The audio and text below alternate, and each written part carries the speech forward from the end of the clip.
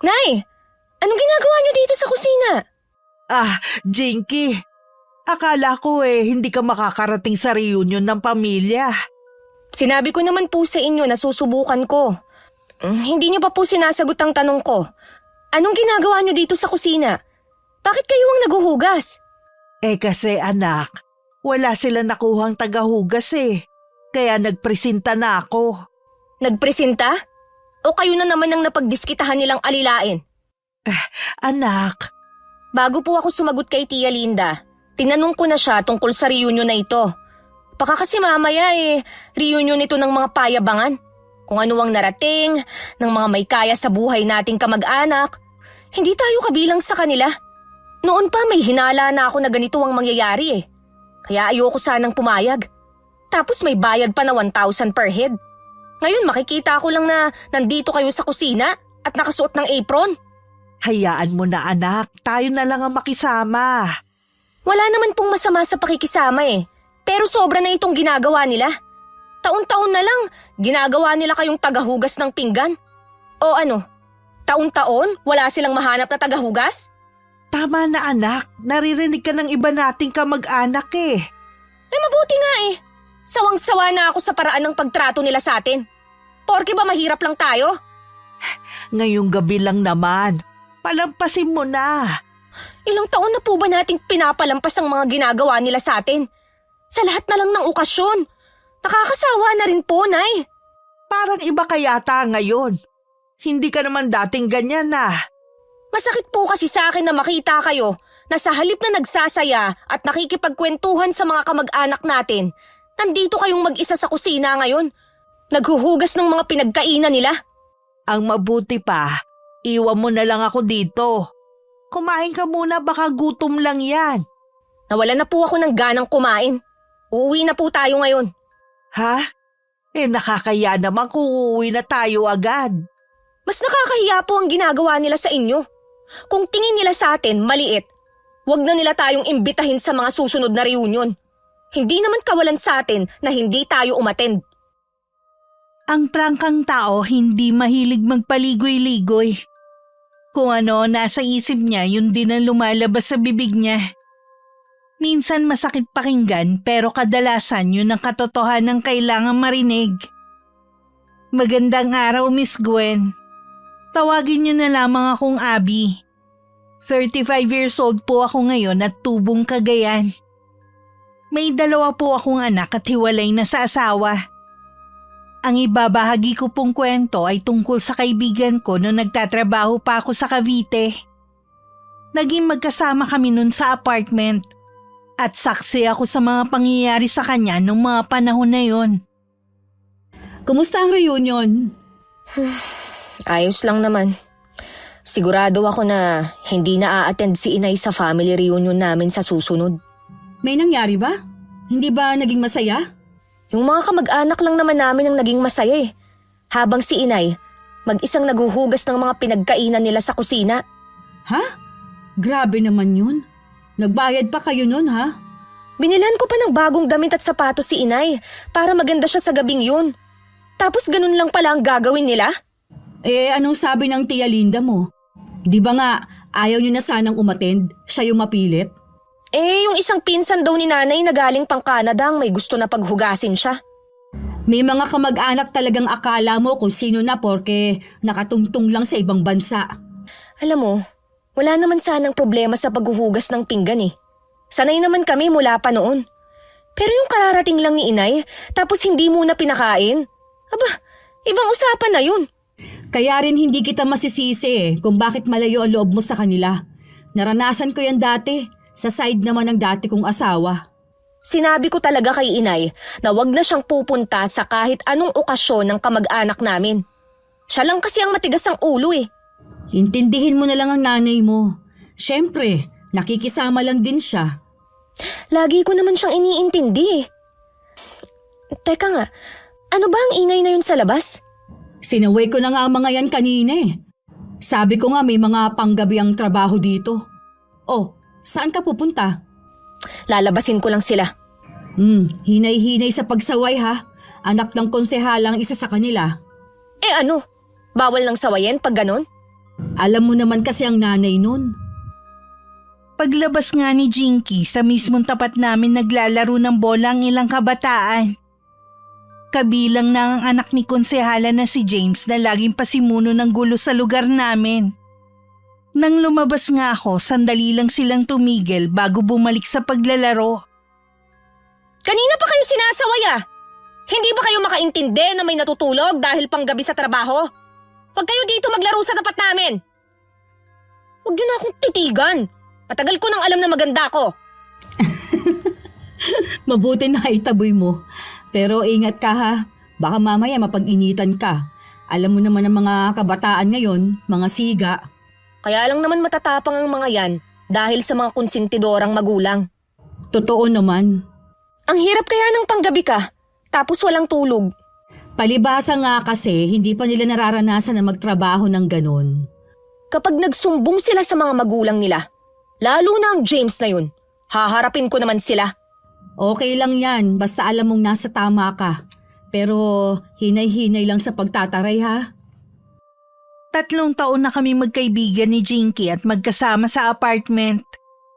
Kahit 4 na taon ng tanda ko sa kanya at may 2 na akong anak, hindi naging hadlang yun para maging malapit kami sa isa't isa.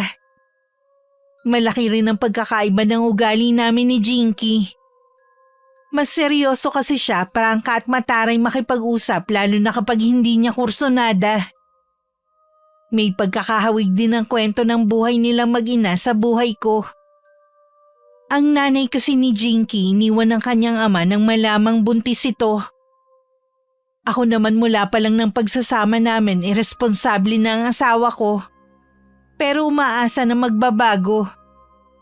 Pero hanggang naging 2 na ang anak namin, mas lalo pang lumala ang ugali niya kaya nagpasya na akong iwan na lang. Sa kasalukuyan nanay ko ang nagbabantay sa mga anak ko sa probinsya namin. Habang nagtatrabaho ako dito sa Cavite bilang factory worker. Sinong kausap mo? Hindi naman kasi maipintay ang pagmumukha mo. Pinuntahan daw kasi si nanay ng mga kamag-anak namin para pagsabihan. Wala daw kasi akong modo nung gabi ng reunion namin. Kahit daw nasa kusina ako, dinig na dinig daw ang mga pinagsasasabi ko. Sana naman naisip nilang sumusobra naman sila. Bilang anak, masakit para sa'yo na makita na nasa ganoong sitwasyon ang nanay mo. Ayun na nga, di ba? Kaya tama lang ang ginawa ko. Ang gusto ba naman ni nanay, humingi na lang daw ako ng sorry para matapos na? Sigurado namang hindi mo yun gagawin. Ay hindi talaga, Abby. Kahit sabihin pa nila na nagmamalaki na ako. Kahit maliitin pa nila ang pagkatao ko, wala akong pakialam. Kaya lang, nakakaawa naman ang nanay mo kung siyang pinuputakti ng reklamo. Yun na nga eh. Naaawa din ako kay inay. Pero kahit anong mangyari, hindi ako hihingi ng sorry sa mga yun, no? Hayaan mo na lang. Magsasawa din ang mga kamag-anak ninyo. Kaya nga ayoko nang umuwi sa amin eh. Walang peace of mind dun. Kahit may sarili kaming bahay. Bakit hindi mo muna papuntahin dito ang nanay mo? May trabaho din kasi si inay sa tindahan ng kapatid niya. Tsaka ayaw nun na umasa sa akin eh. Parang nanay ko lang din pala. Mabuti na nga lang malalaki na ang mga anak ko. Hindi na alagain kaya nakakapag-extra si nanay. Malaking tulong na rin para mga anak ko na lang ang iintindihin ko sa gastos. Hindi na ba nagsusuporta ang dati mong asawa? Sa umpisa lang yun magaling.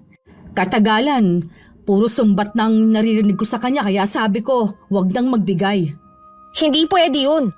Obligasyon niyang magsuporta sa mga anak niyo. Pwede mo siyang ireklamo. Ayoko nang idaan sa legal na proseso. Malaking abala lang sa akin. Nakakaraos naman kami ng mga bata eh. Eh di ba plano mo ring mag-abroad? Oo, nag-iipon lang muna ako. Habang lumalaki kasi ang mga bata, lumalaki rin ang gastos. Bakit ba may mga babaeng malas na makahanap ng mabait na partner? Ay, ganun talaga ang buhay. Kaya ako, mas gusto ko na mag-isa na lang sa buhay ngayon. Huwag mong sabihin yan. Iba naman ang kapalaran mo sa amin ng inay mo eh. Hindi tayo nakakasiguro sa bagay na yan. Mabuti na yung mag-ingat. Kaya ba lahat ng naniligaw sa'yo, binabasted mo? Oo. Tsaka hindi ko sila type. Wala rin akong pakialam kung mapili ang tingin nila sa akin. Paano yan? May isang manliligaw ka na ayaw sumuko. Sino? Si Bobby? Oo, kanina nga nandito eh. Sinabi ko lang na wala ka pa. Ang kulit din ng isang yun eh. Pangit ba ako ha, Abby? Ha? Bakit mo naman naitanong yan? Hindi naman sa pamimintas. Tingnan mo naman ang itsura ni Bobby. Nakaka-insulto kasi naligawan niya ako eh. Iniisip mo ba na hindi siya nababagay sa'yo? Oo naman. Hindi naman talaga kami bagay, di ba? Hindi naman mahalaga ang itsura sa isang lalaki eh. Tingnan mo ko, ang hilig sa gwapo. O ayun, natapat naman sa irresponsable. Hindi mo naman sinagot ang tanong ko eh. Sige, magiging totoo lang ako. Hindi nga kayo bagay. Wala naman siyang masamang ginagawa sa akin. Pero, ang bigat ng loob ko sa kanya. Baka mabigat ang loob mo sa kanya dahil may pagkakahawig siya kay Lucas. Nakikita ko nga sa kanya. Parang bumatang Lucas. Marami talaga magkakahawig na tao kahit hindi sila magkaano-ano. Paano mo naman nasisiguro na hindi sila magkamag-anak? Eh di ba tinanong ko na yan sa kanya dati? Wala daw siyang kilalang Lucas. Bigla siyang dumating sa lugar natin nung hindi na nagpapakita si Lucas sa atin. Baka nagkataon lang. Nasaan na nga kaya si Lucas, no? Aba, ewan ko. Mabuti nga hindi na siya nagpakita eh. Grabe din yung ginawa mo sa tao. Ilang beses mong pinahiya sa harap ng maraming tao. Uy, bago ko naman yun ginawa, ilang beses ko na siyang kinausap sa mahinahon na paraan. Pero ayaw talagang tumigil eh. Buo ang paniniwala niya na may gusto rin ako sa kanya. Pinipigilan ko lang daw ang sarili ko. Naalala ko nga kung paano siya magmakaawa sa'yo nun. Nakakaawa din naman. Pero kung ako nga yung nasa kalagayan mo, syempre maiinis din ako. Nawala nga siya. May pumalit naman sa kanya na kasing kulit din niya. Oo nga. At tingin ko kay Bobby, hindi siya katulad ni Lucas na madaling sumuko. Bakit hindi mo subukang kilalanin siya? Baka naman umasa yung tao. Hindi naman porke kakausapin mo, may bala ka na ring sagutin. Dapat malinaw din yun sa kanya. Bahala na. Sa pagkakaalam namin, truck driver si Bobby na ang dinideliver mga manok na lilitsunin sa buong Cavite. Umuupa din siya sa lugar kung nasan kami. Maliban pa dun, wala na kaming alam sa pagkatao niya. Isang araw na day off ni Jinky, umuwi muna siya sa kanila para dalawin ang ina. Tubong Cavite lang naman si Jinky samantalang ako sa Cagayan pa ang probinsya. Panggabi ako nun kaya pagdating ko ng umaga agad ako naglaban ng mga uniform at marurumi kong damit. Nagulat pa nga ako nang biglang sumulpot si Bobby. Ha? Ay, nagulat naman ako sa'yo. Magugulating ka pa rin hanggang ngayon. Sa totoo lang, sa'yo lang ako magugulatin. Si Jinky ba ang hinahanap mo? Hoy, dumating na ba siya galing trabaho? Umuwi siya sa Bacoor dinalaw ang nanay niya. Uuwi ba siya kagad? Naku, bukas pa yun. Baka nga dumiretso na siya sa trabaho Pakibigay na lang to sa kanya. Ano naman ba ito? Cookies yan. Sabi nung napagbilang ko, special daw yan. Mukhang masarap Sana kainin niya. Kinakain naman niya ang mga binibigay mo. Alam ko namang hindi niya kinakain. Bakit parang sigurado ka sa sinasabi mo? Kasi tuwing nagkikita kami, hindi siya nagpapasalamat sa akin . Pagpasensyahan mo na lang si Jinky. Ganun talaga yon. Tsaka hindi pa siguro handa na tumanggap ng manliligaw. Kailan pa siya magiging handa? 26 anyos na siya. Sa tingin ko kasi may trauma ang kaibigan ko dahil sa pag-iwan sa kanila ng tatay niya. Hindi naman ako gaya ng tatay niya . Hindi tama na lahatin niya ang mga lalaki. Sana naman, matulungan mo ako kay Jinky. Ano naman ang tulong na magagawa ko sa'yo? Ilakad mo naman ako sa kaibigan mo. Tatanawin ko malaking utang na loob sa'yo yun. Ang pwede ko lang gawin, iabot sa kanya mga ibinibigay mo, pero hindi ko siya pwedeng pakialaman. Ay, malaking bagay na sa akin na tanggapin niya ang mga binibigay ko. Paano? Papasok na ako sa loob. Inaantok na kasi ako Naglabalan talaga ako. Walang imik na tumalikod si Bobby. Ako naman pumasok na sa loob ng bahay. Bago ko itinabi, tinitigan ko muna ang cookies na nasa tab na ibinigay niya. Hindi ko maiwasang mapangiti na ako ang unang titikim nun. Lahat kasi ng binibigay nito sa kaibigan ko sa akin muna niya pinapakain bago niya kainin. Naniniwala kasi si Jinky na makokontra nun kapag merong gayuma ang pagkain na bigay ng lalaki. Ilang sandali pa nahiga na ako. Nakakaramdam na rin kasi ko ng antok. Aba, Sabel, nandito pala ang bastos mong anak. Ano po ba ang problema niyo sa akin, Chong? Tignan mo, Sabel, kung makatingin tong anak mo. Hindi naman kasi maganda ang binitiwang mong salita, kuya eh. Oh, bakit? Totoo naman bastos tong anak mo eh. Akala mo kung sino na, factory worker lang naman. Tama na, Kuya Alfie. Hindi ako papayag na pagsalitaan mo ng ganyan ng anak ko sa mismong pamamahay namin. Kaya pala namimihasa yung anak mo kasi kinukonsinti mo. Nagagalit ba kayo dahil sa nangyari dun sa reunion? Dahil nawalan kayo ng tagahugas? Aba dapat lang, dahil wala naman kayong kwentang mga kamag-anak. Imbis na humingi ka ng tawad, ikaw pa nagmamalaki. Nakakahiya sa tita Bibian mo na malaki ang ginasto sa reunion. Nagbayad po kami ni inay ng 2,000 nang hindi namin napakinabangan. Kaya huwag niyong sabihin na wala kaming ambag. Magkano lang naman yung kumpara sa inilabas na pera ng tiyahin mo? Nakakahiya ang inasal mo nung araw na yun. Huwag po kayong mag-alala. Huling punta na rin po namin yun sa reunion.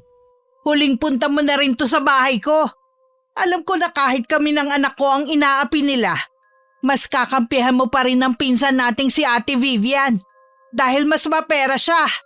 Natural, dahil wala naman ako mapapala sa inyong mag-ina. Umalis na nga po kayo, Chong. Baka hindi ako makapagtimpi kung ano lang ang masabi ko. Ay, dyan na nga kayo. Ay, itong tandaan nyo mag-ina. Kahit kailan, hindi kayo aasenso dahil sa ugali ninyo. Huwag mo na lang pansinin ng Tiyo Alfie mo, ha? Alam mo naman yun, Sipsep. Kung saan siya may mapapakinabangan, dun siya papanig. Nay, lagi po ba siyang pumupunta rito? Oo, pero maalis din naman agad. Siguro inaabangan kung kailan ka uuwi. Halos lahat ng kamag-anak natin, puro toxic ang ugali.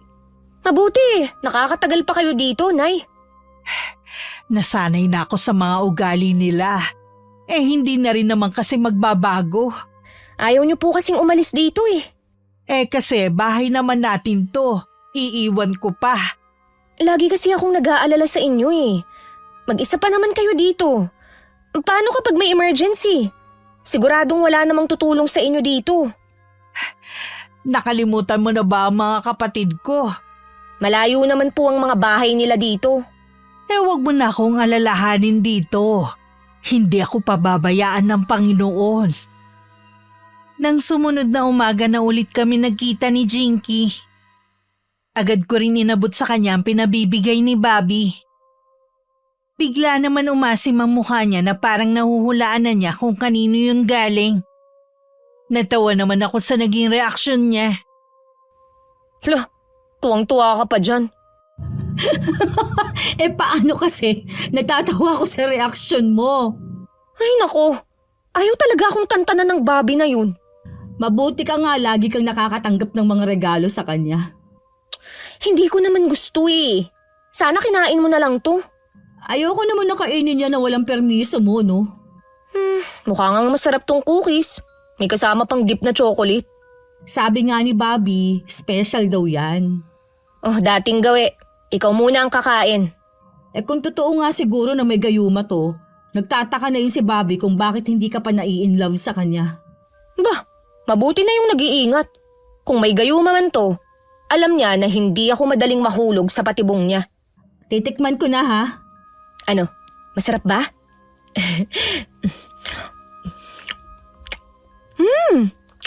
Oo nga, masarap to. Masarap. Hindi ito tulad nung natikman ko dati. Hindi rin to ganun katamis kaya magugustuhan mo. Tikman mo. Ano, masarap ba? Kung ako sa'yo, bigyan mo na ng pagkakataon yung tao na makilala mo ng husto. Kapag hindi pa rin nagbago ang damdamin mo, edi saka mo tapatin na wala siyang pag-asa sa'yo. Sa tingin ko, Abby, hindi na magbabago ang isip ko tungkol sa kanya. Pero sige, susubukan ko. Tamang-tama, wala tayong pasok sa linggo. Papuntahin natin dito. Sige, ikaw na ang bahala. Huwag kang mag-alala, hindi ko naman kayo hahayaan na mapag-isa.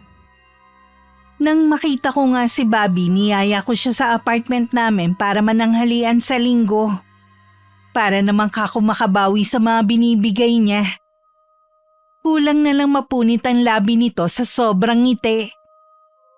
Dumating ang araw ng linggo, simple lang ang niluto naming ulam ni Jinky. Ginisang gulay at pritong galunggong na paborito namin. Nang dumating naman si Bobby, may dala siyang lechon manok at 2 leche flan. Aba, nag-abala ka pa talaga. Hindi naman ako papayag na makikain lang dito na libre. Dapat may dala rin ako. Puro leche flan yata ang dala mo, Bobby. Baka mamaya magkanda leche-leche tayo dito. Mapagbiro talaga yung si Jinky. Maupo ka na dyan. Maghahain lang ako, ha? Salamat nga pala, Jinky. Inimbita mo ako dito sa apartment nyo. Si Abby ang may gusto. Nahihiya kasi siya dahil lagi ka nalang nagbibigay ng kung ano-ano. Ang gusto lang niyang makabawi sa'yo. Nagustuhan mo ba yung cookies na bigay ko? Oo. Kumain naman ako. Pero si Abby ang umubos. Hindi naman kasi ako mahilig sa cookies eh. Siguro yung mga binibigay ko sa'yo dati, si Abby lang din ang umuubos. Oo. Dahil hindi ko naman kayang ubusin ang mga yun eh. Tsaka halos lahat kasi matatamis. Hindi ko talaga hilig ang mga matatamis na pagkain. Sabihin mo sa akin kung ano mga pagkain na gusto mo. Para sa susunod yun ang ibibigay ko sa'yo. Nako, kahit ano, basta wag lang mga chocolate at matatamis na pagkain. Sige. Sa susunod, alam ko na kung ano dadalhin. Kain na tayo. Kain na pa ako nagugutom eh. Ako muna ang kumain ng lechon manok. Nang makalahati ko na yung hita, pasimple akong sumenyas kay Jinky na pwede na niyang tikman. Tsaka lang siya kumuha ng manok at kumain. Si Bobby naman yung ginisang gulay at isda ang kinain. Bakit hindi ka kumakain ng lechong manok na dala mo? Para sa inyo talaga yan. Okay na ako dito sa gulay at isda. Oy, kain ka lang ha. Huwag ka mahihiya. Sana sa susunod sama-sama uli tayo sa tanghalian. O sige, kapag pareho kami walang pasok ni Jinky, lagi ka namin iimbitahin. Okay lang ba talaga na bumalik ako dito sa inyo, Jinky? Oo naman. Sana wag mo lang bigyan ng ibang kahulugan ah. Pare-pareho tayong dayo sa lugar na to at nangungupahan. Tama lang na tayo magkakaibigan. Oo nga. Sa totoo lang, kayo pa lang ang naging kaibigan ko sa lugar na to . Saan nga pala ang probinsya mo, Bobby? Taga Quezon Province ako. Kayo? Tubong Cagayan ako. Si Jinky, sa Bacoor lang siya. Oh, taga Quezon ka rin pala? Oo, bakit? May naalala lang akong kakilala na pareho kayo ng probinsya. Ay oo nga no. Si Lucas nga pala, taga Quezon din. Si Lucas? Yung nanligaw dati kay Jinky? Ang kulit din nun, grabe. Hanggang sa trabaho sinusundan si Jinky. Bakit ayaw mo sa kanya, Jinky, kung mabait naman? Wala. Ayoko lang sa kanya eh. Alangang pilitin ko ang sarili ko. Ano ba ang gusto mo sa isang lalaki? Hindi lang ako sa itsura bumabase. Gusto ko rin yung mayaman. Yun bang tipong hindi ko na kailangang magtrabaho sa mga susunod na taon ng buhay ko? Uy, Bobby, kain ka pa ha? Ubusin mo na yung gulay. Si Jinky ang nagluto niyan. Salamat, Abby. Nabusog na ako sa pagkain na niluto niyo . Hanggang matapos kaming kumain, tahimik na rin si Bobby. Mukhang hindi niya nagustuhan ang sinabi ni Jinky. Ako na lang ang nakipagkwentuhan sa kanya. Dahil ang kaibigan ko na nagpresenta na magliligpit ng pinagkainan namin. Makalipas nga ang 2 oras, nagpaalam na rin si Bobby. Tumango lang si Jinky dito at hinatid ko naman siya hanggang labas. Bakit mo naman sinabi yun sa tao? Para may ideya na siya na wala siyang maaasahan sa akin. Bigla tuloy akong naawa sa kanya. Bakit ka naman maaawa sa kanya? Nanamlay na kasi siya bigla eh. Siguro kung hindi mo siya sinabihan ng ganon, magtatagal pa siya. Mabuti nga umalis na siya agad. Lalo akong kinutuban ng hindi maganda sa kanya. Dahil ba taga Quezon din siya gaya ni Lucas? Nagkataon lang yun, no? Malakas talaga ang loob ko na magkakilala sila. Ano naman ang dahilan niya para ikaila na magkakilala sila ni Lucas? Sige nga. Hindi ko alam sa kanya. Ayaw mo lang kasi sa kanya, kaya hinahanapan mo siya ng butas. Iba talaga ang pakiramdam ko sa kanya. Maniwala ka. Nung una, pinagdududahan mo na baka gusto kang gayumahin ng tao o ngayon naman, iniisip mo nakakilala niya si Lucas. Magkamukha naman kasi sila eh. Tapos isang probinsya pa. Sabi ko nga baka nagkataon lang lahat. Bahala ka na nga kung ayaw mong maniwala. Tingin ko naman hindi na siya babalik pa dito sa atin. Huwag mo na lang siyang isipin. Ano pala yung ginagawa mo? Inaasikaso ko na itong resume ko at ilang requirements na kailangan. Di ba 1 buwan na lang endo na ako? Oo nga pala. Ito talaga ang buhay ng factory worker. Kaya nga gusto kong mag-abroad eh. Kung talagang kapalaran mo na makapag-abroad, mangyayari yan. Oo nga eh. Mga anak ko kasi ang dahilan kung bakit gusto kong makaalis. Gusto ko silang mabigyan ng magandang kinabukasan. Kung desidido ka na talagang makaalis, kapag nakakita ka na ng agency, pauutangin kita ng pera para lang makaalis ka. Naku, nakakahiya naman sa'yo. Huwag ka nang mahiya, Abby. Sino pa ba ang magdadamayan, kundi tayong magkaibigan? Salamat ha. Sa totoo lang, ikaw, si nanay at mga anak ko lang ang dahilan kung bakit ako nananatiling matatag. Alam ko kasing nandyan lang kayo para sa akin. Tama na nga ang drama natin.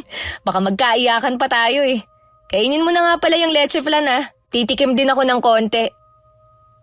Buong akala namin ni Jinky hindi na ulit pupunta si Bobby. Dahil sa nangyari nung huling beses siyang pumunta sa apartment namin. Nagkatinginan pa kami magkaibigan bago ibinalik ang tingin kay Bobby nang ngiti-ngiti sa harapan namin.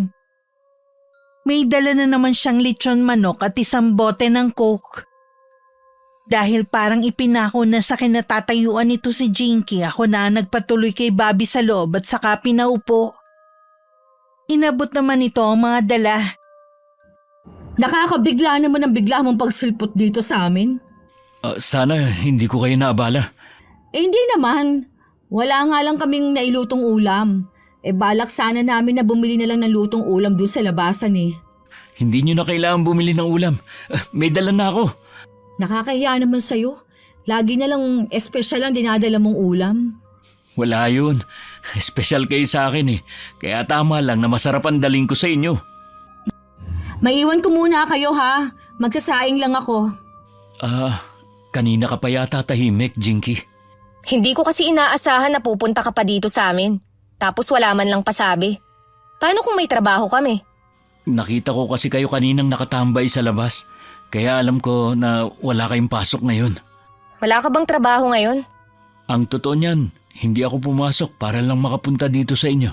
Hindi maganda ang uma-absent sa trabaho, Bobby. Sigurado nakaltas yan sa sahod mo. Ayos lang. Ang mahalaga, makita kita. Tatapatin na kita, Bobby, ha? Hindi porke pinapapunta kita dito sa amin. May pag-asa ka nang sasagutin ko. Naniniwala ako na balang araw magbubunga din ang ginagawa ko. Sa totoo lang kasi, meron na akong nagugustuhan. Malayong malayo sa'yo. Ha? Pwede bang malaman kung sino siya? Kahit naman sabihin ko sa'yo, hindi mo naman kilala eh. Wala pa naman yata kayong relasyon eh. Kaya may pag-asa pa ako. Bahala ka. Patutulad ka lang din kay... Kay Lucas? Oo, at sa iba pa. Bakit kailangan mo taasan ang standard mo sa pagpili ng lalaki? Ordinaryo ka lang naman. Ano ngayon? Dahil ba tingin mo sa akin, ordinaryo lang? Wala na akong karapatang mamili?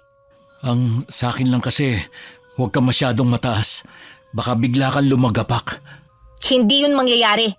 Tignan na lang natin. Hindi ko na nagugustuhan ang takbo ng usapan ng dalawa. Lalo na ang sinasabi ni Bobby sa kaibigan ko. Magkaganon man, pinakiharapan ko pa rin siya ng maayos. Pero si Jinky tahimik lang habang kumakain kami. Kakaiba rin ang sulyap ni Bobby sa kaibigan ko. Kahit ako biglang kinilabutan. Parang ayoko na rin siya papuntahin sa apartment namin. Bago to umalis, nakigamit muna siya ng banyo. Nung wala na ito, saka lang kami nakahinga ni Jinky. Parang may kakaiba kay Bobby kanina. Para akong sasabog sa inis kanina. Mabuti nga napigilan mong sarili mo. Hindi ko rin nagustuhan ng mga sinabi niya kanina. Kung noon wala na siyang pag-asa, lalo na ngayon. Ayoko na siyang makita. Ayoko na rin siyang pumunta dito. Ay nako, mabuti naman at tatauhan ka na rin. Maayos naman kasi siya nung una eh. Malay ko ba na may ugali pala siya. Para talaga siyang si Lucas eh. Ay nako, maloloka na ako sa kakaisip. May iba nga pala ako. Totoo ba yung sinasabi mo kanina na meron ka nang nagugustuhan? Oo, pero hindi pa ako sigurado sa kanya. Gusto ko munang kilalanin siya. Ganon din siya sa akin. Tama yan. Mahirap yung basta ka nalang magtitiwala. Hindi pa rin mawala ang inis ko kay Bobby. Huwag mo na siyang isipin. Mag-focus ka na lang sa lalaking nakilala mo. Oo nga. Bakit ba kailangang masira ang mood ko nang dahil lang sa Bobby na yun? Mamaya labas tayo. Bili tayo ng ice cream. Mabuti pa nga. Matagal na rin tayong hindi nakakapag-ice cream eh. Sabi ni, ice cream lang ang magpapasaya sa'yo. Makalipas ang 1 linggo, muling bumalik si Bobby na may dalang pagkain at maliit na kahon na hindi ko alam kung ano ang laman. Ako lang ang humarap sa kanya at dinahilan na masama ang pakiramdam ni Jinky. Kaya hindi kami pwedeng tumanggap ng bisita. Akala ko titigil na siya pero nung sumunod na linggo pumunta na naman siya. Hindi na rin nakapagpigil si Jinky na tarayan ito. Hindi ka ba talaga makaramdam ha? Hindi namin gusto na pumunta ka pa dito. Bakit naman? Akala ko welcome ako sa apartment niyo. Akala mo lang yun. Ano ba nagawa kong mali? Wala naman. Basta ayoko lang napupunta ka pa dito. Wala naman ako nakikitang masama kung dadalaw ako. Malinis naman ang intention ko sa'yo. Ang kulit! Bobby, nakakaistorbo ka na kasi. Pwede bang umalis ka na lang? Pati ba naman ikaw, Abby? Ayaw na rin akong papasukin. Naging mabuti naman ako sa inyo. Wala ka naman kasing pag-asa sa kaibigan ko. Nagsasayang ka lang ng oras. Mabuti pa, humanap ka na lang ng ibang babae na maliligawan. Si Jinky lang ang gusto ko. Hindi ka ba talaga makaintindi? Hindi kita gusto, Bobby. Kahit kailan, hindi kita magugustuhan. Dahil ba hindi ako gwapo? Di sana hindi mo nalang tinanggap ang mga dala ko. O bakit? Sinabi ko bang magbigay ka sa akin ng mga regalo, ha? Kusa mo yung ibinigay. Aba, mahiya ka naman para isumbat sa akin yun. Tinanggap mo naman, kaya akala ko nagpapakipot ka lang pero ang totoo may gusto ka rin sa akin. Alam mo, maraming namamatay sa maling akala. Alam ko, katunayan nga niyan namatay ang isang taong malapit sa akin dahil sa maling akala. Oh, yun naman pala eh. Baka matulad ka sa kanya kung hindi mo pa ako titigilan. Ito ha, payo ko rin sa'yo. Bago ka manligaw, manalamin ka muna. Tanungin mo yung sarili mo kung bagay ba kayo ng babaeng gusto mong ligawan. Hindi kasi lahat nadadaan sa regalo.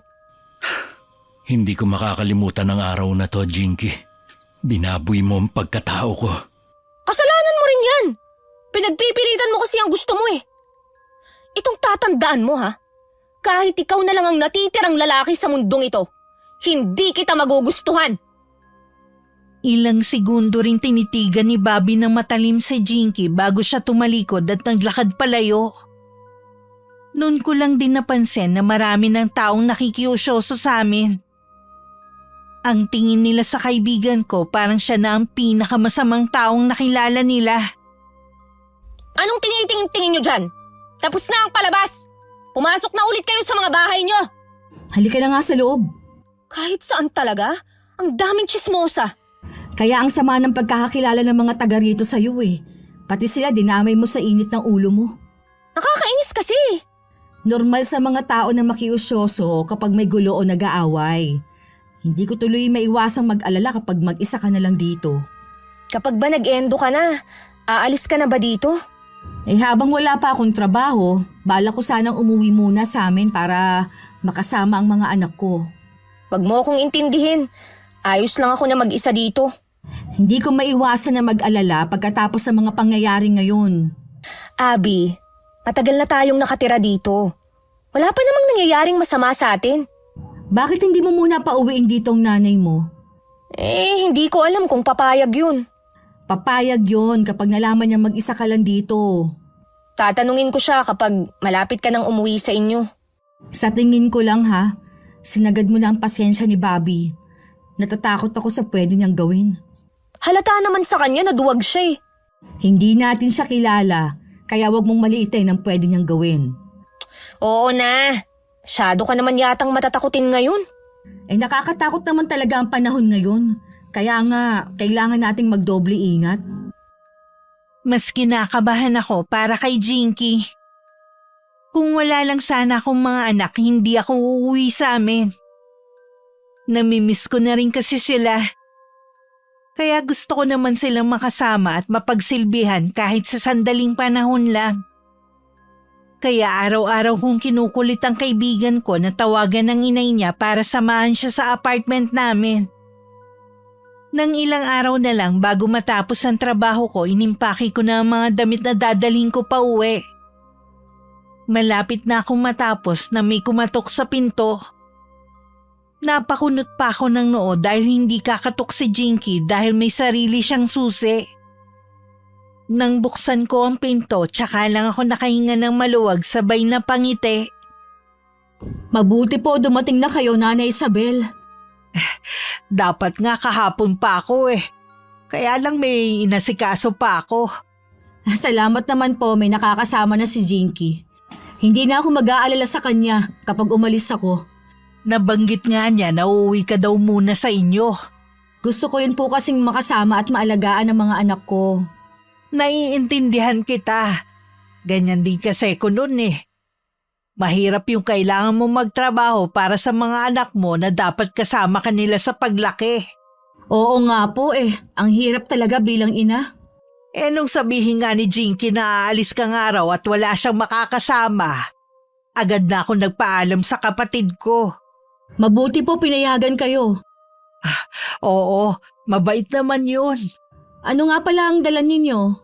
Konting pasalubong sa inyo. Magdala ka para sa mga anak mo.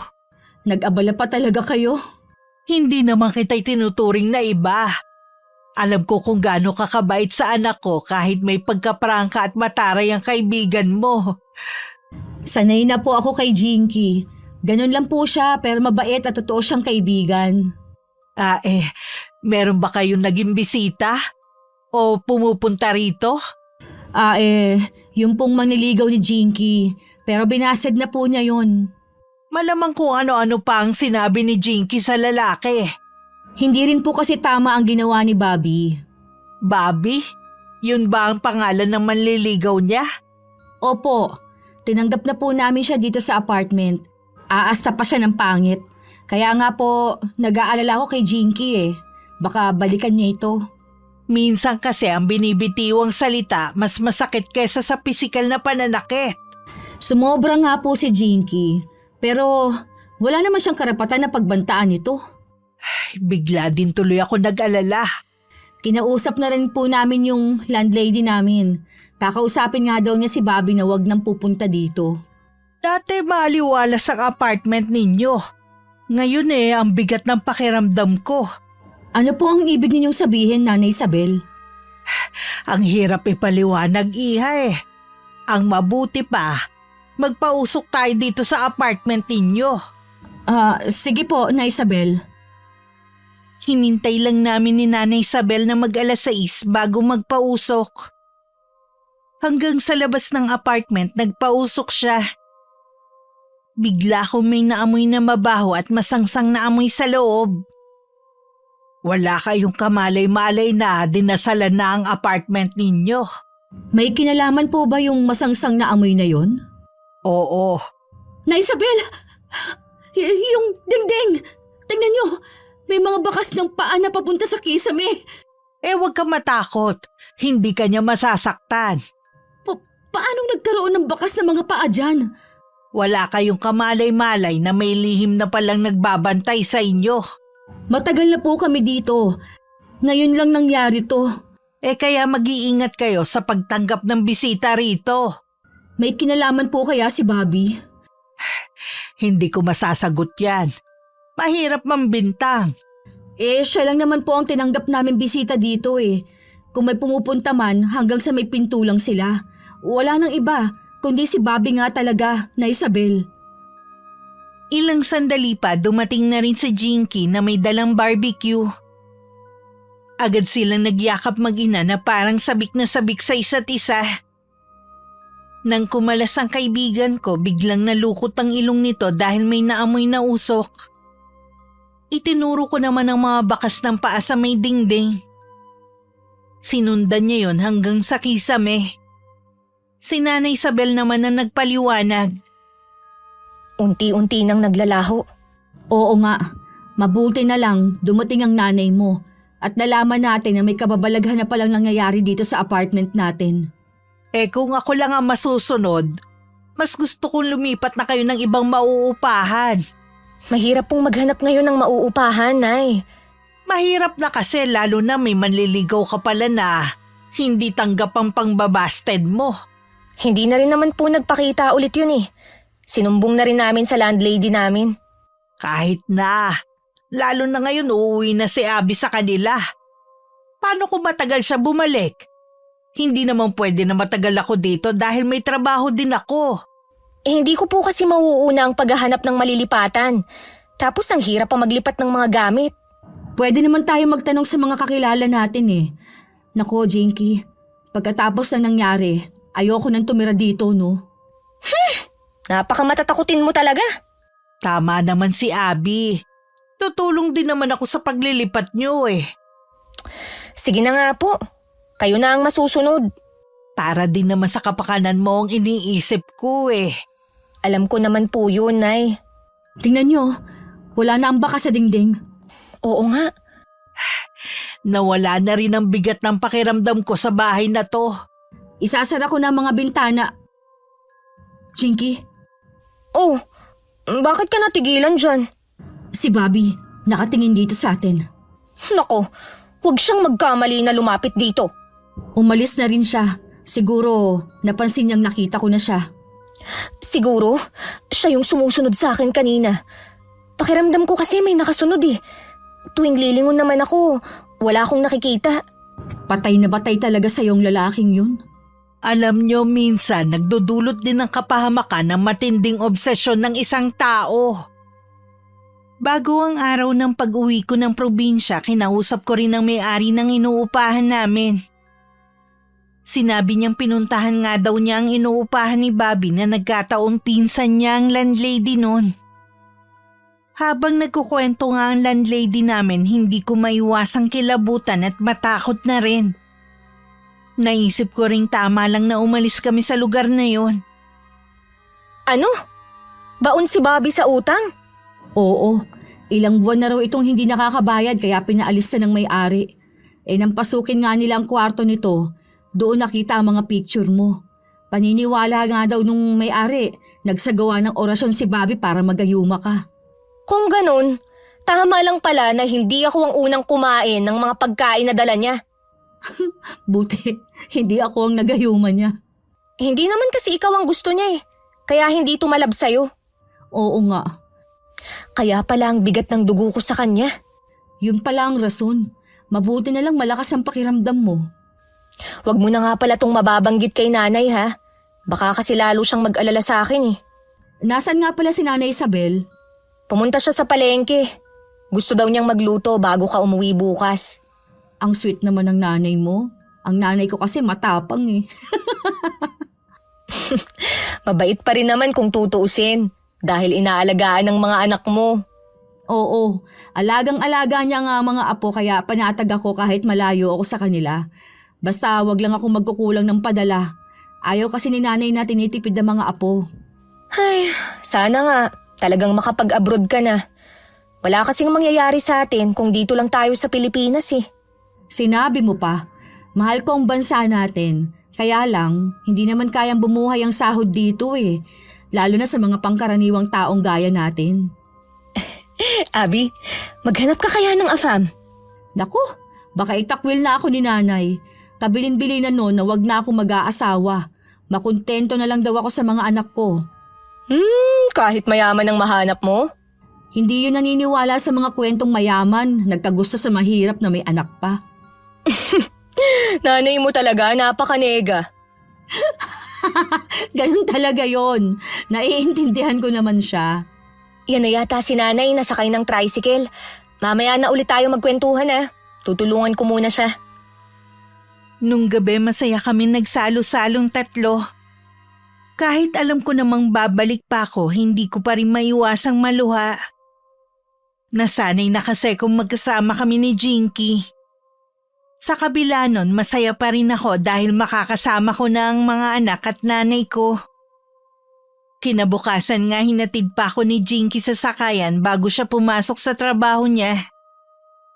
Mahigpit pa kami nagyakapan bago ako sumakay. Kumakaway pa ang kaibigan ko sa akin na mahagip ko sa maraming tao si Bobby. Sigurado akong siya yun. Dahil umaandar na ang sasakyan ko, nagchat na lang ako sa kanya pero hindi siya online. Ganun kasi siya kapag papasok na sa trabaho, nakatago na ang cellphone. Malamang sa pag-uwi pa niya mababasa ang message ko. Narinig mo bang sinabi ko, ha? Ano po yun, Nay?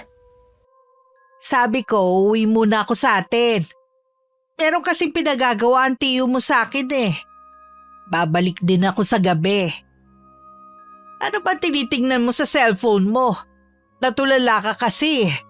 Ay, si Abby po ang kachat ko. Nasa na daw siya? Baka mamaya pa po siya makarating sa kanila. Siguradong hindi na yun mapakali. Sabik na yun sa mga anak eh. Nay, kung gabi na kayo babiyahe pa uwi dito, sa umaga na lang kayo umuwi. Ayoko kasi na bumabiyahe pa kayo ng gabi eh. Wala kang kasama dito bukas ng gabi. Ayos lang naman po ako. Parang isang gabi lang naman na wala akong kasama eh. Sigurado ka ba? Opo. Unahin niyo muna ang pinapagawa ng kapatid niyo. Lagi naman akong magchat-chat sa inyo pag uwi ko dito. Kung wala ka lang sanang pasok isasama na lang kita. Masyado po kayong nag-aalala. Hindi na naman ako bata eh. Wala sa edad ang pag-aalala naming mga magulang. Kahit magkaedad ka na, mag-aalala pa rin ako sa'yo. Maiintindihan mo lang ako kapag naging nanay ka na rin. Siguro nga po. Pero ayoko naman yung sobrang OA. OA pala ha? Nay naman! Bakit niyo ako pinalo ng sandok? Sabi mo kasi OA ako eh. Paano po kasi minsan? Ginagawa niyo na akong parang bata. Sobra na kayong mag-alala. Natural nga lang sa aming mga magulang yon. Alam ko naman po yun. Pero sana naman, pagkatiwalaan niyo ako na kaya ko naman ang sarili ko. Ay, siguro nga sumusobra na rin ako. Nakalimutan ko na malaki ka na. At may mga pagkakataon na hindi mo na kailangan ng presensya ko. Huwag naman po kayong magtampo, Nay. Hindi ako nagtatampo. Pasensya ka na anak ha, kung nasasakal ka na minsan sa akin. Okay lang po. Pero wag lang po sana kayong masyadong mahigpit sa akin. Pagdating ko sa amin, tuwang-tuwa ang mga anak ko na halos hindi na humiwalay sa akin. Binigay ko naman kay nanay ang mga pasalubong ko sa kanila. Sa yakap at nakikita kong kasiyahan sa kanila na makita ko na pawi ang lahat ng pagod ko sa mahabang biyahe. Nung gabi na alam kong nasa apartment na namin si Jinky, tsaka ako tumawag sa kanya. Sigurado ka bang si Bobby ang nakita mo? Oo, sigurado ako. Nung chinat mo nga yun, hindi na ako mapakali. Ngayon lang ako kinabahan ng ganito. Hindi mo kailangang matakot. Kasama mo naman dyan ang nanay mo eh. Umalis siya kanina at bukas pa ang balik dito sa apartment. May ipinapagawa kasi sa kanya ang tiyo ko. Huwag ka nalang lumabas dyan. Siguruhin mo rin na sarado na ang pinto at mga bintana.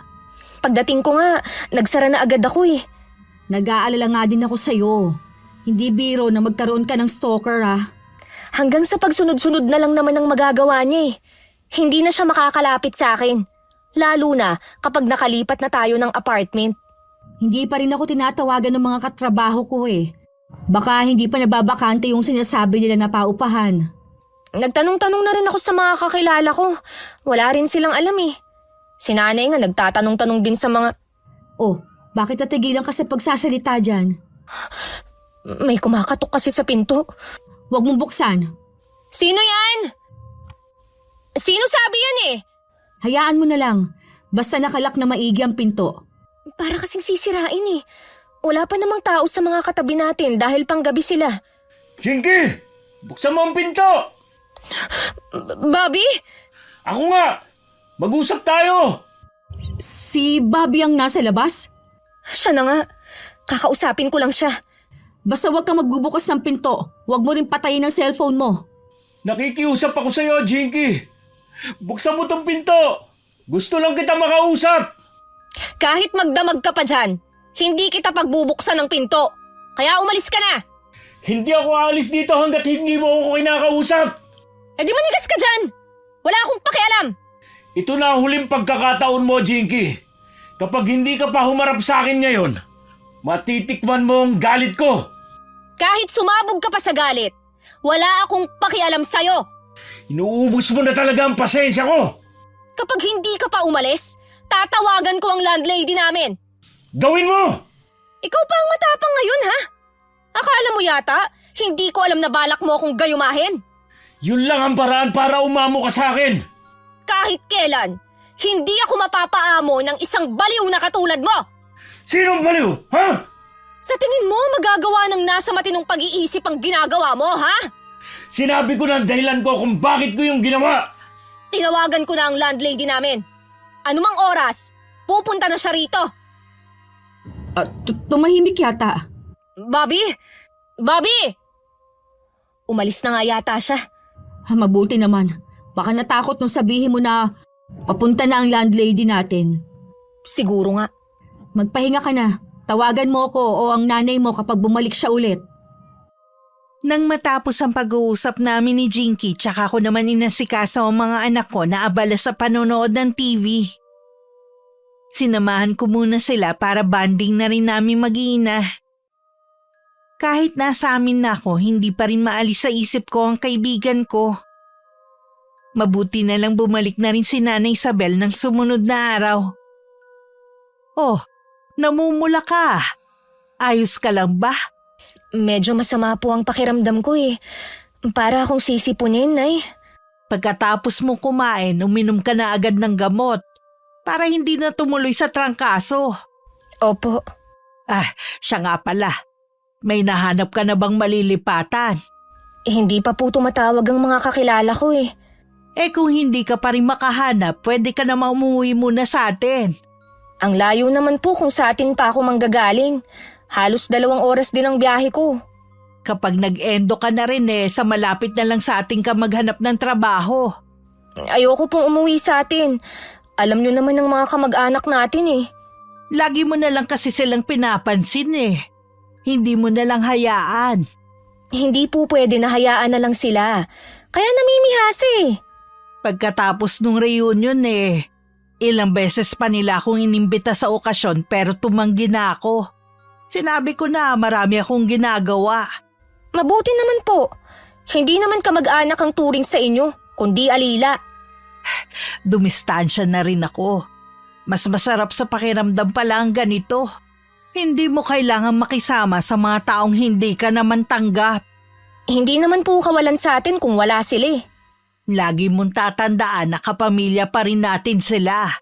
Kung maayos silang lalapit, di pakiharapan din natin ng maayos. Sorry na kung maldita ako sa mga kamag-anak natin Naiintindihan kita, anak.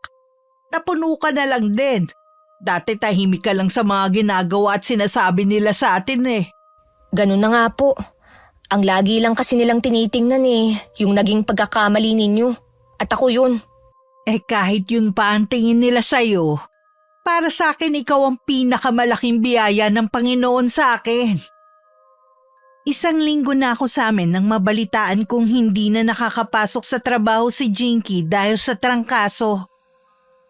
Hindi ko na rin kasi siya natatawagan dahil abala ko sa mga anak ko at pag-aayos ng mga dokumento. Nakahanap kasi ako ng agency na pwede kong applyan papuntang ibang bansa. May taga sa amin kasi na nagtatrabaho sa agency sa Maynila. Marami na raw silang napaalis at matutulungan niya ako. Nagmamadali ako dahil may age limit ang pagtanggap nila ng aplikante. Medyo kabado ako dahil 30 na ako. Nung malaman ko nga may sakit si Jinky, nung gabi tinawagan ko siya. Napansin ko agad sa boses niya na masama talaga ang pakiramdam niya. Kumusta ka na? Kung hindi pa nag-chat si Nanay Isabel, hindi ko pa malalaman. Bumuti-buti na ngayon, kumpara nung mga nakaraang araw. Sa tagal nating magkasama, ngayon ka lang nagkasakit ng ganyan. Dati kasi sipon lang at ubo. Nagsimula nga sa sipon tapos nagtuloy sa trangkaso nung gabi. Paano yan? 1 linggo ka na palang hindi nakakapasok sa trabaho. Nakapasok pa naman ako noon. Yun nga lang, ilang beses akong nahihimatay. Ibig sabihin, malala ang sakit mo? Hindi naman, dahil nagpa-check up na ako. Sabi nga lagnat lang nga. Uso daw kasi ngayon dahil sa panahon. Sana gumaling ka na agad. Gusto nga ni Nanay na umuwi muna kami sa amin. Sayang daw kasi kung magbabayad pa ng upa. Sundin mo na lang ang nanay mo. Alam niya kung anong makakabuti sa'yo. Sige, sabi mo teka nga. Puro na lang sa akin ang pinag-uusapan natin. Kamusta ka na dyan? Ayos naman, medyo busy din. Inaayos ko na nga pala mga dokumento ko. May taga rito kasi sa amin na nagtatrabaho sa isang agency sa Maynila. Tutulungan daw niya akong makaalis papuntang Taiwan. Talaga? Di mabuti. Masaya ako para sa'yo, Abby. Siguro inadya na rin na maendo na ako sa trabaho at makauwi dito sa amin. Dininig na ng Diyos sa matagal ko nang ipinagdarasal. Mabuti ka kasing tao. At para sa mga anak mo, handa mong gawin ang lahat. Kaya ikaw, pumili ka ng kakasamahin sa buhay na hindi ka lang mahal, kundi alam ang salitang obligasyon. Ang hirap kaya malagay sa ganitong sitwasyon. Kailangan kong isakripisyo na magkakalayo kami ng mga anak ko para lang sa kinabukasan nila. Darating din ang panahon na makakasama mo sila. Hindi nyo na kailangang maghiwalay. Mabilis lang naman ang panahon. Kailan lang kinakarga ko pa sila. Ngayon, malalaki na talaga. Sa kabila ng hirap na pinagdadaanan mo, alam ko na masaya ka sa pagkakaroon ng mga anak. Oo naman. Baka napapagod ka na sa pakikipag-usap sa akin ha. Ewan ko ba? Kapag ganitong oras, nanghihina ako at inaantok. Magpahinga ka na muna. Tatawag ulit ako bukas. Habang tulog si Jinky, pinagmamasdan siya ng nanay niya. Nagtataka na kasi ito kung bakit hindi tumatalab ang mga niresetang gamot ng doktor. Ni hindi man lang bumababa ang lagnat niya. Pumunta na lang siya sa kusina para magluto ng pagkain ng anak ng sunod-sunod na katukan na rinig niya. Nang buksan niya yon, isang lalaki ang nakangiting nakatayo sa labas. Kahit nakangiti ito, iba ang pakiramdam niya rito. May kailangan ka ba, iho? Kaibigan po ako ni Jinky. Gusto ko lang po sana siyang bisitahin. Hindi kasi maganda ang pakiramdam ng anak ko Sa katunayan natutulog siya ngayon. Ganun po ba? Sayang naman. Ang layo pa naman ang pinanggalingan ko. Ano nga pala ang pangalan mo, iho? Ako po si Bobby. Kayo siguro nanay ni Jinky. Ikaw pala si Bobby. Siguro po naikwento na ako sa inyo ni Jinky. Oo. Pasensya ka na, iho ha. Sa tingin ko hindi ka na dapat pumunta pa rito. Malinis po intensyon ko sa anak nyo. Kahit na. Kung wala namang gusto sa'yo ang anak ko. Sinabi na niya sa'yo na wala kang pag-asa sa kanya. Masyado lang pong mataas ang tingin ng anak nyo sa sarili. Sinabihan niya ako na hindi tumitingin sa salamin. Dapat yata manalamin din siya. Iho, kung wala kang magandang sasabihin, mabuti pa umalis ka na. Marami pa po akong gustong sabihin sa anak ninyo. Sa akin mo na lang sabihin. Mas gusto ko pong sa kanya sabihin para mas maramdaman niya. Kahit ako aayawan kita para sa anak ko. Mamimili pa ba kayo anak nyo lang naman siya sa pagkadalaga? Aba, sumusobra ka na. Sino ka para pagsalitaan mo kami ng ganyan, ha? Hindi mo kami lubusang kilala. Wala kang alam sa amin. Hindi ko po titigilan ng anak nyo. Kaya kung ako sa kanya, harapin na lang niya ako. Sino ka ba talaga? Nararamdaman kong may kakaiba sa'yo. Anong ibig niyong sabihin? Nararamdaman ko na hindi ka lang ordinaryong tao. Hindi ko alam ang sinasabi niyo. Teka! Alam kong meron siyang tinatago. Nagising na si Jinky ng mga oras na yon. Narinig niya may kausap ang ina sa labas. Nasisiguro niyang si Bobby yon dahil nabosesan niya. Nay! Gising ka na pala. Nagugutom ka na ba? Hindi pa po. Si Bobby po ba ang kausap niyo? Siya nga ang kausap ko. Ayaw pa rin niya akong tigilan. Kahit nabuko ko na siya sa plano niya nun. Anong plano? Pinagtangkaan niya po akong gayumahin. Mabuti na lang mautak ako. Sabi na nga ba may kakaiba sa lalaking yun eh. Huwag niyo na lang siyang kausapin kapag bumalik. Hindi na talaga. Nay, pwede niyo po ba akong tulungang makatayo? Pupunta lang ako ng banyo. Ang init pa rin ng singaw ng katawan mo ah. Hindi yata hiyang sa'yo ang gamot na iniinom mo eh. Siguro nga po. Ganito pala ang trangkaso, no? Dati kasi sinat lang ang nararamdaman ko eh. Mamaya pupunasan kita ng malamig na tubig. Baka sakaling gumaan na ang pakiramdam mo. Sige po, Nay. Gusto ko na talagang gumaling eh. Naging abala na naman ako ng mga sumunod na araw. Nakaka-chat ko naman si Jinky pero lagi naman niyang sinasabi na magaling na siya. Akala ko naman totoong magaling na siya. Kaya nagulat ako nang tumawag sa akin si Nanay Isabel na umiiyak. Ano po ang nangyari? Si Jinky kasi hanggang ngayon hindi pa rin bumubuti ang kalagayan niya. Akala ko po magaling na siya. Yun kasi ang chat niya sa akin eh. Sinabi niya siguro yun para hindi ka na mag-alala pa sa kanya. Dinala niyo na po ba siya sa ospital? Oo, pero pinapauwi din kami ng doktor dahil lagnat lang naman daw ang sakit ng anak ko eh. Pwede ko po ba siya makausap? Tulog pa siya hanggang ngayon. Mabuti nga kasi kapag gising siya, ang dami niyang nararamdaman sa katawan. Gusto ko nga siyang iuwi na sa amin kaya lang baka mahirapan siya sa biyahe eh. At isa pa, ayaw niya dahil baka makita daw siya ng mga kamag-anak namin na nasa ganong kalagayan. May hinihintay lang po ako. Kapag dumating yung kausap ko, uuwi po ako dyan.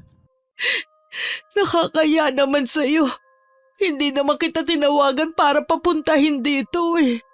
Alam ko po na hirap na kayo. Hindi nyo na napigilan ng mapaiyak eh. Naiyak kasi ako dahil ang hirap palang humingi ng tulong sa mga taga rito. Parang natutuwa pa sila sa nangyari sa anak ko. Tama bang sabihin nila na karma to sa anak ko? Huwag nyo na lang po silang pansinin. May ibang tao po talaga na walang simpatya sa kapwa. Ano bang ginawa ng anak ko sa kanila?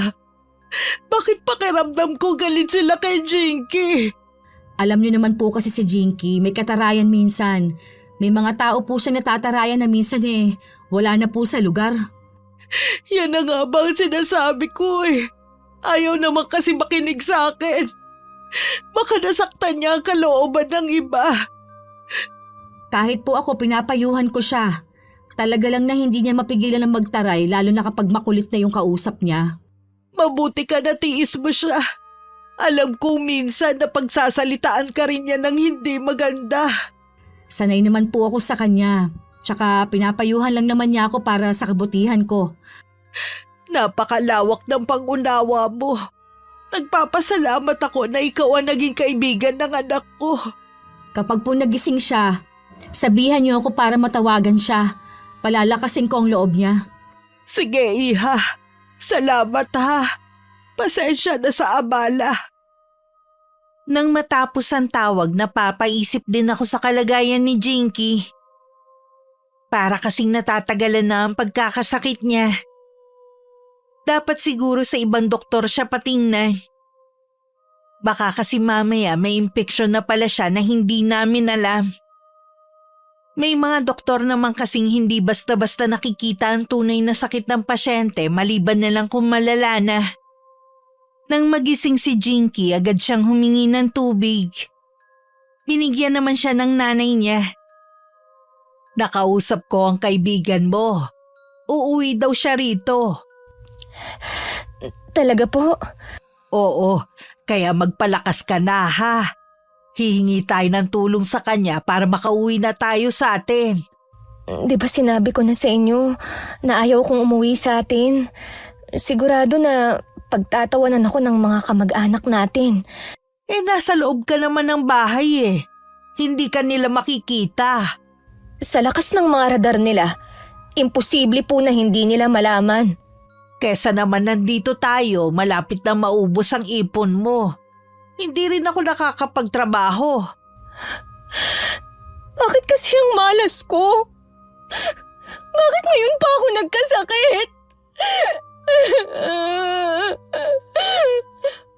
Dumarating kasi ang pagsubok sa hindi nating inaasahang pagkakataon. Sigurado po na lalo tayong mamaliitin ng mga kamag-anak natin. Huwag ka nang umiyak. Hindi na muna tayo uuwi sa atin kung ayaw mo. Nahihirapan din ako kapag nagkakaganyan ka eh. Sorry, Nay. Pati tuloy kayo. Namumroblema po sa akin. Hindi mo kailangan mag-sorry sa akin. Natural lang na alagaan kita dahil anak kita. Imbis na makatulong kasi ako sa inyo, dagdag pa sana ninyo patuloy ako. Huwag mong sabihin yan. Ayoko lagi mong iisipin na pasanin kita. Hindi ka naging problema sa akin. Tandaan mo yan. Pipilitin ko pong gumaling agad. Di kakain ka na ha. Opo, Nay. Sa lamesa na po ako kakain. Kaya mo bang tumayo? Opo, Nay. Jinky, bakit hindi pantay ang tayo mo? Po, hindi ko po kayo maintindihan. Tignan mo ang balikat mo sa salamin. Oo nga po. Kaya pala nangangalay ang kabilang balikat ko. Parang may nakadagan na mabigat. Namamagarin ang balakang mo. Kaya po pala hirap akong makatayong mag-isa. Hindi ka ba nahihirapang umihi? Hindi naman po. Baka yan ang dahilan kung bakit lagi kang inaapoy ng lagnat. Kumain ka na. Dadalhin kita ulit sa doktor. Nung araw na yon, nagpunta ang mag-ina sa doktor. Tiningnan rin ang namamagang balakang ni Jinky at hindi pantay na tayo nito. Kinuhanan din siya ng dugo at nagpalaboratory din siya pero wala ring nakitang sakit sa kanya. Nalabis nang ipinagtataka ng ina. Nagchat sa akin si Nanay Isabel at sinabi ang nangyayari sa kaibigan ko. Pinalita rin niya na galing sila ng ospital at pinauwi na naman sila. Nung gabing yun, pareho kaming hindi makatulog kaya magka-chat pa rin kami. Nay. Nauuhaw ka ba ha? Hindi po, Nay. Nagising po ako dahil sa panaginip ko. Ano ba napanaginipan mo? Napanaginipan ko po si Lucas. Yung nanligaw sa akin na binasted ko. May sinabi ba siya sa panaginip mo? Wala po. Malungkot at umiiyak po siyang nakatingin sa akin. Sa panaginip ko po, patay na daw siya. Posible nga rin. Hindi kaya siya nagbigay ng sakit mo. Baka bago siya mamatay, sinumpa ka niya. Bakit niyo naman po nasabi yan? Nagtataka na kasi ko kung bakit hindi makita ng doktor ang tunay mong sakit. Nakakailang balik na tayo eh. Kung hindi ang Lucas na yun ang may gawa, baka may kumukulam sa'yo. Kung ganun, hindi pala doktor ang kailangan ko, kundi albularyo. Kailangan nating makahanap ng magaling na albularyo. Tatawagan ko ang kaibigan mong si Abby. Taga-probinsya siya, baka may kakilala siya. Natatakot ako, Nay. Paano kung hindi ako gumaling? Huwag mong sabihin yan. Galing sa dyablo ang kulam. Tandaan mo, kailanman hindi nagtatagumpay ang kasamaan. Akala ko nakatulog na si Nanay Isabel kaya hindi na sinasagot ang chat ko. Nagulat pa ako nang tumatawag siya. Sinagot ko naman yun, baka emergency. May nangyari po ba? Abby, kailangan ko ang tulong mo. Walang sakit si Jinky. Posible na meron lang nagbigay sa kanya. Ano pong ibig niyo sabihin? Kinukulam si Jinky. Diyos ko! Kaya pala hindi makita ng doktor ang sakit ng kaibigan mo. May kakilala po akong magaling na albularyo. Bukas na bukas po uuwi na ako dyan. Maraming salamat sa iyo, Iha. Hindi niyo po kailangan magpasalamat sa akin. Gagawin ko po lahat para matulungan po ang kaibigan ko. Buong gabi kung walang tulog. Iniisip ko kasi ang kalagayan ni Jinky at ang taong posibleng nasa likod na nangyayari sa kanya. Iisang tao lang ang naiisip ko. Si Bobby. Wala nang iba. Hindi biro ang kulam. Naalala ko ang tiyahin ko noon. Akala namin pangkaraniwang trangkaso lang ang sakit niya. Hanggang sa lumala at pinahirapan siya. Huli na nang malaman namin na pinakulam siya ng dati niyang karibal. Nang makahanap kami ng albularyo, hindi na siya nailigtas. Ayokong mangyari yun sa kaibigan ko. Nang ikwento ko nga kay inay, labis din siya nag-alala para kay Jinky. Kahit hindi pa ako nagpapaalam sa kanya, siya na mismo ang nagsabi na puntahan ko muna ang kaibigan ko. Pinaalalahanan din niya ako sa mga huwad na albularyo. Marami daw kasi ang nagpapanggap ngayon. Nung araw ding yun, bumalik ako ng Cavite. Kahit halos 13 oras din ang tagal ng biyahe ko, hindi ko yun ininda. Ay, salamat sa Diyos, patiwasay ka nakauwi rito. Kumusta na po si Jinky? Ganun pa rin. Kanina ka pa nga niya hinihintay eh. Abby, buti nandito ka na. Ang payat mo na. Wala ka bang ganang kumain? Wala eh. Lasang kalawang kasi ang panlasa ko. Kahit na, dapat pilitin mo kumain. Kahit pilitin ko, sinusuka ko pa rin. Nakausap ko na si Mang Dino. Pupunta siya bukas. Tamang-tama, araw ng Biyernes. Salamat ah. Nag-abala ka pa talaga na umuwi dito. Pwede ba kitang pabayaan? Kahit nga si inay, nag-aalala rin sa'yo eh. 2 tao lang ang iniisip ko na pwedeng gumawa nito sa akin. Si Bobby at Lucas. Ang iniisip ko si Bobby. Bakit mo naman naisip si Lucas? Abi na panaginipan ko siya. Sa panaginip ko, patay na siya. Baka bago siya mawala, sinumpa niya ako. Malalaman natin bukas kung sino ba talaga nagpapakulam sa'yo. Ang mabuti pa kumain ka muna, Abby. Baka gutom ka na. Mamaya na lang ulit kayong magkwentuhan ni Jinky. Sige na, matutulog lang ako. Nakakaramdam na naman kasi ako ng antok eh. Habang natutulog si Jinky, kami muna ni Nanay Isabel ang nagkwentuhan sa mga pangyayari ng mga nakaraan. Hindi ko maiwasang maawa sa kaibigan ko. Baka noon pa may nararamdaman na siya, itinatago lang sa ina para hindi ito mag-alala sa kanya. Hindi ko rin kasi naisip agad na baka nga may kumukulam sa anak ko eh. Wala naman kasing kakaiba sa kanya. Tiyahin ko po namatay sa kulam. Hindi po talaga agad makikita ang mga senyales ng kulam, maliban na lang kung malala na ito. Sana naman mapagaling siya ng albularyo na sinasabi mo. Nang makausap ko po si Mang Dino, pinaiwan niya po ang litrato ni Jinky.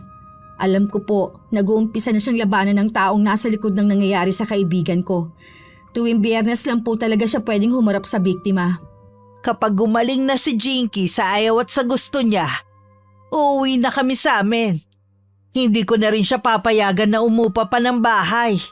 Sa nangyari po sa kanya, baka sundin na niya kayo. Bakit kaya kanina pa nagtatahulan ng mga aso? Pansin ko nga rin po Parang galit na galit sila sa tinatahulan nila. Teka lang po sisilipin ko lang sa may bintana. Nakita mo ba? Nanay Isabel, Bakit? Ano ba ang nakita mo? ang laki po ng baboy. Yung pala tinatahulan ng mga aso. Lumayo ka sa may bintana. Hindi pangkaraniwang baboy yan. Ano po kaya yun? Nandito siya para kay Jinky. Buong gabi kaming hindi natulog ni Nanay Isabel sa pagbabantay sa kaibigan ko. Kung ano-ano ring ingay ang naririnig namin sa labas ng pinto. Kinabukasan lumabas ako at nakita ko nga ang mga mahahabang kalmot sa may pintuan. Hindi ko rin alam kung narinig ba ng mga katabi namin ng ingay kagabi.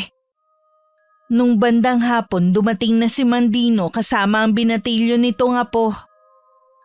Una tinawas muna si Jinky gamit ang langis. Pinahiran niya to ng pakru sa noo at saka dinikit ang bond paper na hinati sa 4. Nang kunin niyo ng manggagamot may figura na lumabas doon. 2 mukha ng lalaki ang lumabas. Ang nakikita kong dahilan ng pangungulam ay matinding galit at paghihiganti dahil sa pagkabigo sa pag-ibig. Kung ganon, sila ang nasa likod ng nangyayari sa kaibigan ko. Pakiusap po. Pagalingin niyo po ang kaibigan ko. Gagawin kong lahat para gumaling siya, Iha. Jinky, kaya mo yan ha? Nandito lang kami. Binalingan na muli ng albularyo ang kaibigan ko. Pinahiran niya muli ng langis ang noo ni Jinky at saka dinikitan niyo ng panibagong papel. Parang sinasapian na nagwawala ito at pilit tinatanggal ang papel sa noo niya. Kitang-kita ko pa kung paano magsilabasan ng mga ugat nito sa noo, leeg at mga braso. Patahimikin mo na ang kaluluwa ng kapatid mo. Hayaan mo na siyang makatawid.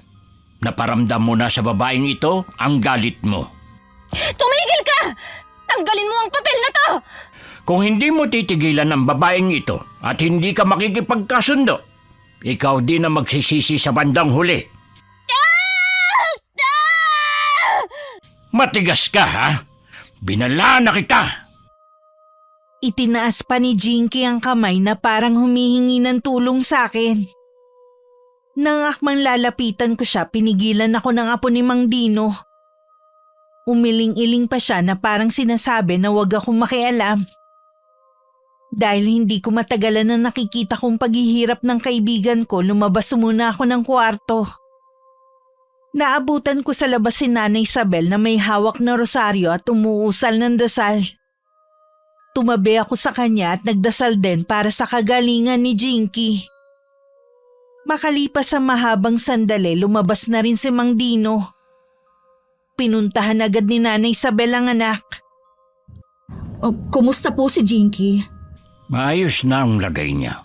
Matapang ang kaibigan mo at malakas ang pananampalataya. Salamat po sa inyo. Kayo ang ginamit na instrumento para mapagaling ang kaibigan ko. 2 araw muna ang pinalipas namin ni Jinky bago pinuntahan ang bagong tinitirhan ni Bobby. Sa pagtatanong sa mga kakilala niya, natuntun namin ang tinutuluyan niya. Bakas pa sa mukha niya ang pagkagulat na mapagbuksan niya kami ng pinto. Kami rin nagulat dahil mukha siyang may sakit. Paano niyo na lamang dito ako nakatira? Nagtanong-tanong kami sa mga kakilala mo. May sakit ka ba? Binalik sa akin ng albularyo na yun ng sakit na binigay ko kay Jinky. Ganun ba talaga kalaki ang galit mo sa akin?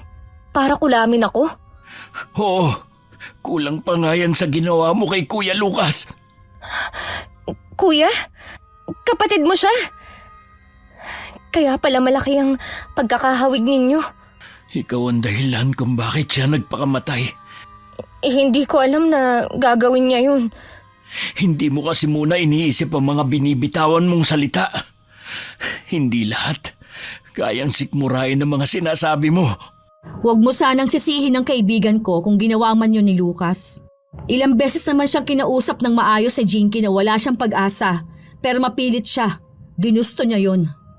Kahit ano pa ang paliwanag mo, ang kaibigan mo pa rin ang may kasalanan. Bobby, sana mapatawad mo ko. Ngayon hihingi ka ng tawad. Sa palagay mo kaya ganun kadali lang? Dalawa lang kami ni Kuya. Tapos ngayon mag-isa na lang ako sa buhay dahil iniwan na niya ako. Ang sama talaga kasi ng tabas ng dila ko eh. Siguro, galit ako sa mundo dahil sa nangyari sa amin ni Inay. Kaya minsan, nagiging prangka ako at dinadaan ko rin sa pagtataray. Patawarin mo ko, Bobby. Paulit-ulit ka mang humingi ng tawad. Hindi na maibabalik ang buhay ng kapatid ko. Hindi ko na maibabalik, oo. Pero handa akong magbago. At sana, ganun ka rin. Kilala ko ang kaibigan ko. Hindi madali sa kanyang humingi ng tawad pero ginawa niya.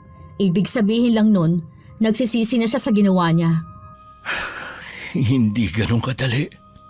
Pero sisikapin ko na mapatawad ka balang araw. Sana patawarin mo rin ako sa ginawa ko. Dala lang yun ng matinding galit at pangungulila sa kapatid ko. Akala ko kapag nasaktan kita makukuha ko ang hustisya, hindi pala. Bumalik din sa akin ang ginawa ko. Hangad ko na maging masaya ka at mahanap mo ang katahimikan sa puso mo. Bobby, hindi pa huli para ituwid natin ang mga pagkakamali nating nagawa.